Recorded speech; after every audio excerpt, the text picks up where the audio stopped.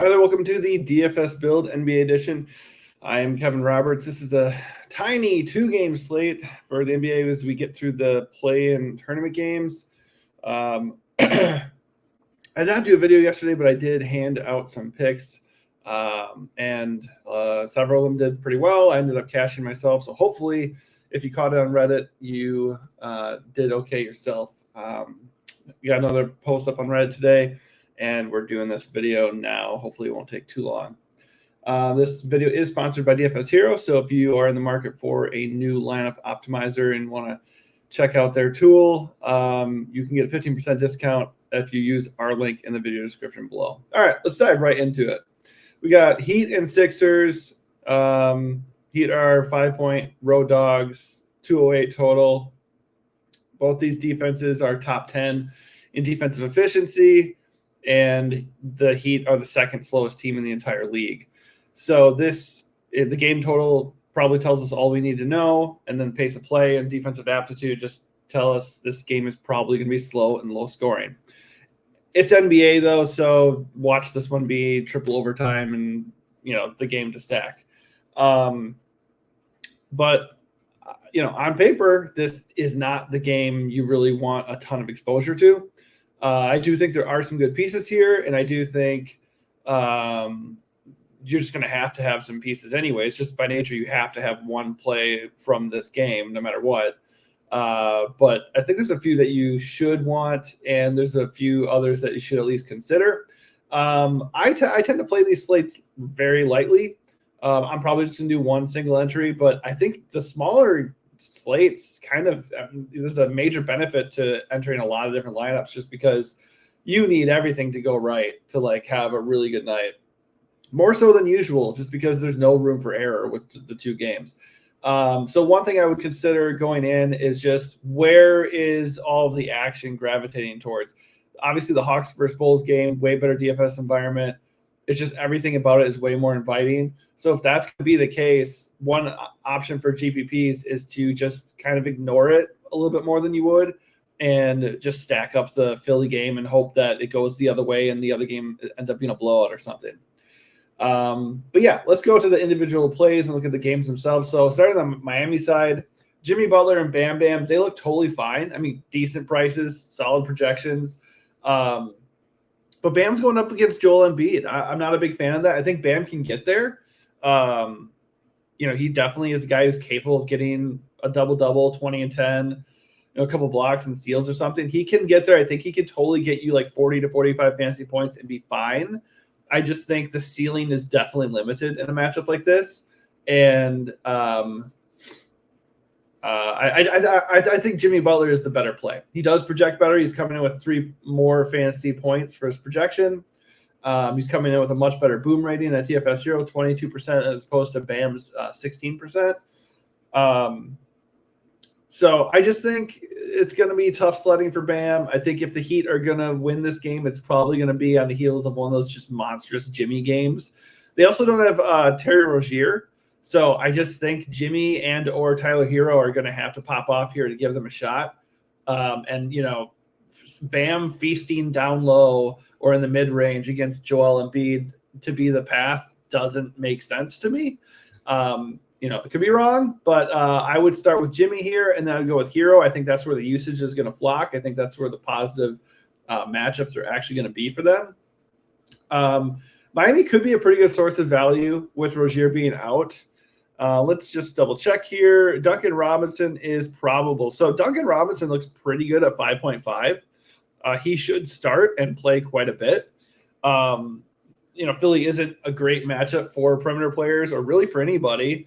But he's going to have usage and some volume there, and he's not super expensive. So I think he is a decent value play. And then I would probably just stick with whoever starts for Miami beyond that. I mean, Jaquez, I don't really have a ton of faith in Nikola Jovic, even if he does start. It's dicey. But I do think I'd lean more towards the veteran guys. I think Jaquez should have a pretty good role, and then maybe Caleb Martin at 4.8K. I think there is a little bit of value there with Miami. But, logically speaking, if I'm going to make one lineup, outside of trying to get different and looking at somebody who projects well and might be, pretty low owned, like somebody like Jimmy, he is coming in with 22% ownership, but as opposed to some pretty chalky guys in the same price range in the next game, I think he's a pretty good play. So if it comes down to it and we're looking at 8.8K DeJounte, I don't know what the ownership in that game is just yet. I'll check in a second, obviously. But if he's like, 30, 40% owned, I will gladly play Jimmy. And Bam's not going to carry monster ownership. 15% on a 2-game slate is very, very light. But that's not really a spot where I want to get cute. I just don't see the ceiling there. So I'd go Jimmy, I'd go Hero, and then I would go looking at Duncan for sure. Duncan's probably my favorite play just because of the value in Rozier being out. My favorite play on Miami. So I'd actually probably go Duncan, Jimmy, Hero, and then maybe Caleb. I hope I don't have to get myself stretched so thin that I go play Caleb, but I think he's totally fine. On the other side, we have the Sixers, obviously led by Joel Embiid. He just dropped like 70 fantasy points 2 games ago, and he's been rested, and so he's ready for the playoffs. He comes in with the best projection of the night, 32% boom rating. The matchup isn't good here either, though. I mean, he is obviously in a vacuum the top play of the slate, and it's 2 games. So if you fade Joel Embiid on a 2-game slate and he pops off like he can and gets even 70, but he's capable of getting up to 100 fantasy points, I don't see him doing that against Bam in a tough defensive-minded battle, tight, intense playoff setting. But who knows? I mean, Embiid is capable of just absolutely erupting. I personally am going to err on the side of playoffs, slow pace, defense, tough matchup. It's a tough individual matchup, and Miami is very, very good at containing guys in the playoffs. Eric Spoelstra is a freaking genius. I mean, just look at how he builds the wall against Giannis. They beat the Bucks last year. That was insane. So Miami absolutely can rise up and give the Sixers major problems here. Worth noting, if you go look at Joel Embiid's stats against Bam Bam, exclusively, he has 2 games ever over 30 points scored. He's obviously going to do other stuff. He's going to get blocks and steals and assists and get a ton of rebounds because he's just a fucking mountain. But I mean, anything can happen. It's Joel Embiid. He can go off. He can drop a 50 burger. I just don't love it at this price, and he's got that lingering knee thing and everything. So I think he's totally fine. It's 2 games. You can play him. I am probably going to be fading him and going a little bit more balanced on the slate. I will note that right now at ownership, 12% Joel Embiid on a 2-game slate. That is obviously very, very interesting. So in the effort of getting different and maximizing your lineup, if it stays there where Embiid is just completely ignored on a 2-game slate, then I'm going to start having a lot more interest in him. Absolutely. He's got a very nice 32% boom rating. Like I said, the matchup is not good. The price is not good, but the projection's awesome. And that ownership is very, very interesting. All right. For the rest of Philly, I'm not super, super interested. Kelly Oubre at 6.K. Nah. Tobias Harris at 6.2. He's okay. I like the price, but his ownership at 41% is a bit egregious. I might look for a different way now that I see that ownership. I think initially when I looked at the slate, I did like him, and I do like the price, but I might pivot to DeAndre Hunter or maybe even just drop down to Kelly Oubre there because it's the same price but a little bit less owned. Yeah, eating chalky Tobias Harris on a 2-game slate doesn't feel amazing. I think if you're not going to play Embiid, Tyrese Maxey at 8.5K is interesting. Let me just double check how he's done in this matchup. Pretty sure he's done really well. In 4 meetings, he's averaged 52 fantasy points per game. Now, obviously, Embiid has not been there for 3 of those games, but it's a matchup that he's done well in, and he's a good price. And if you're not playing Embiid, it does make sense to consider playing a 17% owned Tyrese Maxey. I'm really looking at Philly for the most part for value. Kyle Lowry at 4.5K. He should start and push for 30 minutes. He's obviously nearing the end of his career, and who knows what he has left. But there's the revenge narrative a little bit here going up against Miami, and he's cheap. That's kind of all it takes on a 2-game slate.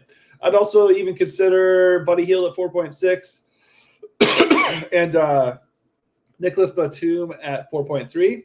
I just think they have these like nice rotational veteran guys that they can lean on. So if the starters are struggling or what have you, I think those guys at those prices are pretty interesting. They can easily fit into your lineups and help you out a little bit. All right, next game, we have the Hawks and the Bulls in Chicago.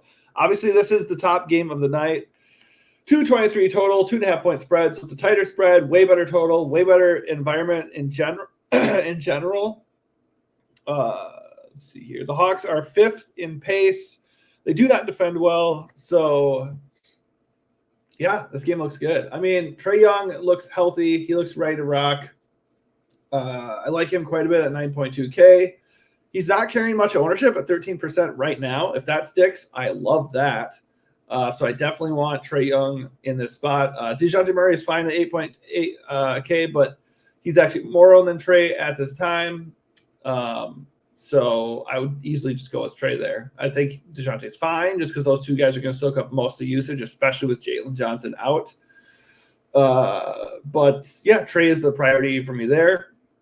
Boggy at 6.4, DeAndre Hunter at 5.9. Totally fine plays. I like them just fine. They don't have monster ceilings, but they look good. I prefer Hunter of the two just because he's a little bit cheaper. It looks like Vic Krejci isn't with Atlanta at this point. So if that sticks, we could go dumpster diving with Garrison Matthews at 3.1K. Doesn't feel great, but that is in play. Love Clint Capella at 6.8K. He's going to be owned, but they're going to need a size against Vooch.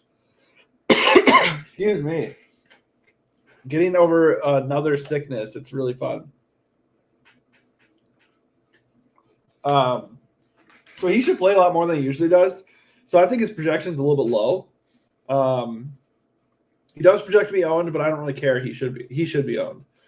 The top team to target on this slate is going to be the Bulls just because the Hawks play really fast and they don't defend. I don't know necessarily that I believe Chicago is going to win the game just because the Bulls aren't necessarily that great. But they grade out well here. DeMar DeRozan pushing for almost 50 fantasy points. Good price at 8.4K. I mean, it's the Hawks, man. You need to have interest in the Bulls for sure. DeMar in 3 games, 40 fantasy points against the Hawks per game. Not amazing, but the ceiling is just really good here. 38% boom rating. I'm pretty sure that's the best of the entire slate. Yep, sure is. Not surprising whatsoever. Vooch has a 34% boom rating. He's too cheap. He projects really well. Kobe White is solid. Decent price at 7K flat. 26% boom rating. He looks fine. He's not like a total smash for me like the other two guys are, but he is kind of cheap. Then you can look at Ayo Dosunmu. If he plays at 6.3K, he's going to play a ton of minutes. Alex Caruso is totally fine at 5.8K. If Dosunmu is randomly out, then Javonte Green at 5K would look pretty good. I think we might be able to look at Torrey Craig at 3.6K if Andre Drummond is out. Let's see what his status is.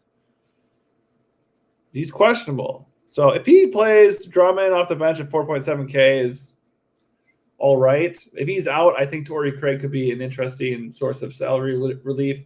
And then Javonte Green if Dosunmu was out. All right, that does it for me for this tiny 2-game slate breakdown. My throat won't allow me to go much further anyway, so thank goodness it's only 2 games. Hopefully that helps you a little bit. If it does, give this video a like and consider subscribing to the channel. My personal strategy for the night is probably going to be fading Joel, especially if my favorite play, Trae Young, is going to be low owned anyways. I don't see why I have to really go against the grain that much. But I would monitor ownership and just double check starting lineups before you finalize your squads. Thanks for watching. Good luck.